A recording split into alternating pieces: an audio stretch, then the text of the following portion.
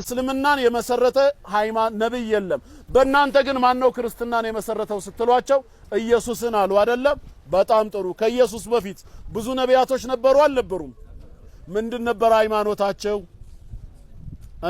አይሁዶች ደግሞ ማን ነው ሃይማኖታቸውን የመሰረተው ሙሴ ነው ይላሉ ከሙሳ በፊትስ እነ ዩሱፍ ያዕቆብ ኢስሐቅ እስማኤል ኢብራሂም ኖህ የመሳሰሉት ምን ነበሩ እኛ ግን እስልምናን የመሰረተው ጌታ አላህ ነው የተጀመረው በአደም ጊዜ ጀምሮ ነው ምንለው ስለዚህ እስልምና ከኋላ የመጣ ሳይሆን ከሁሉም በፊት የነበረ የቀደመ ነው ከኋላ የመጡት ነብዩ መሐመድ ሰለላሁ ዐለይሂ ወሰለም ናቸው እሳቸው ሃይማኖት መስራች ሳይሆኑ የእስልምና ሃይማኖት ተከታይ የሆኑ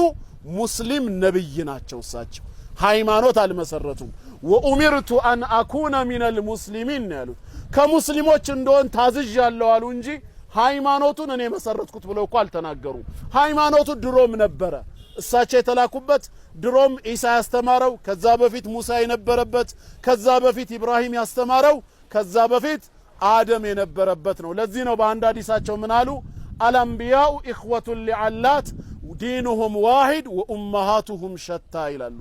ነቢያቶች ሁሉ የአንድ አባት ልጆች ወንድማሞች ናቸው ሃይማኖታቸው አንድ ነው ህጋቸው ግን ይለያያል አሉ ሃይማኖቱ አንድ ነው እስልምና ነው ከአንድ ጌታ ሁለት ሃይማኖት ይወጣል እንዴ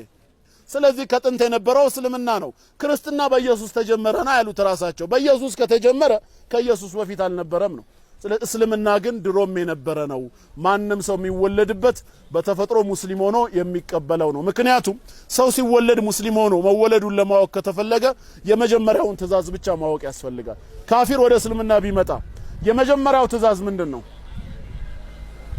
ምንድነው ሻሃዳ ነው አይደል በሻሃዳ ካልሰለመ ቀጥታ ሰላት ቢሰግድ መቅቡል ነው ሰላቱ ተቀባይነት አለው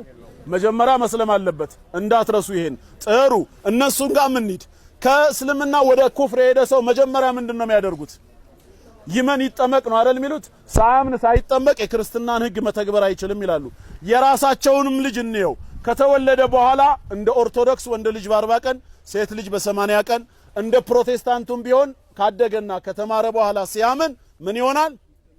ያንን ሳያደርግ ክርስቲያን አይሆንም አይደል አሁን ወደኛ ልንመጣ ነው እኛ ጋር ግን ስንመጣ የወለድነውን ልጅ ሐዲስ ላይ ሻሃዳ አስይዙት የሚል የለም የመጀመሪያው ትእዛዝ ሙሩ አውላደኩም ቢሰላቲ ወሁም አብናኡ 70 ልጆቻችሁ 7 አመት ሲሞላቸው ሰላት እንዲሰግዱ እዘዟቸው አሉ ነብዩ ሰለላሁ ዐለይሂ ወሰለም ካፊር ሰላት ቢሰግድ ሰላቱ